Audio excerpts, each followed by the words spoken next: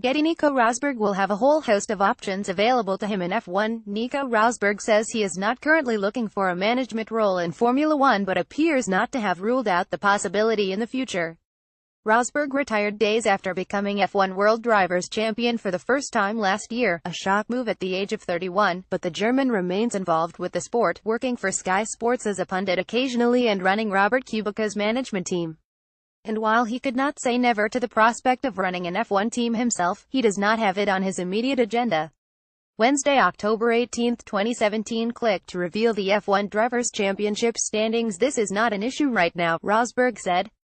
"But of course I look at all the options in motorsport. This is my passion, especially Formula One. It's why I did the commentary in Japan, and it's also a great challenge for me with the management of Robert Kubica." Daniel Ricciardo believes Red Bull must start development on next year's car earlier in order to avoid another sluggish start when 2018 comes around.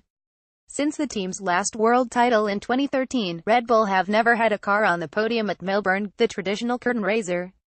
In fact, they have not had two cars even finish the race since that year, and Ricciardo believes improvements might come at his home race if the development schedule were pushed back even further. "I always feel like our starts to the season have been slow, particularly since I've been with the team, but as far as I'm aware that's not planned," he said. "We definitely get stronger and it's a nice trend to get better and better, but we'd like to start better. I still don't really know the answer why that is. We always feel like we start on the next year's car early enough, but maybe what we think is isn't early enough. I know for next year it has been brought forward more than it was for this year. It's never the intention not to be on the podium in Melbourne, it's probably more my intention than any other race."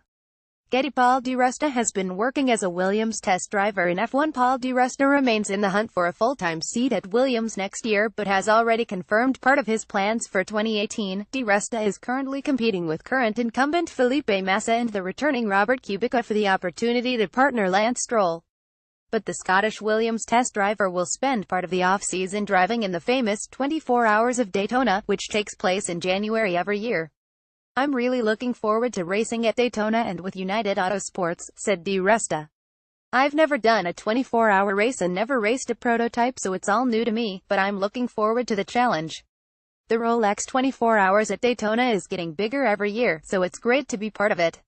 I plan to do some testing ahead of the race to get integrated into the team and to get a shot at driving the car prior to heading to Daytona in January."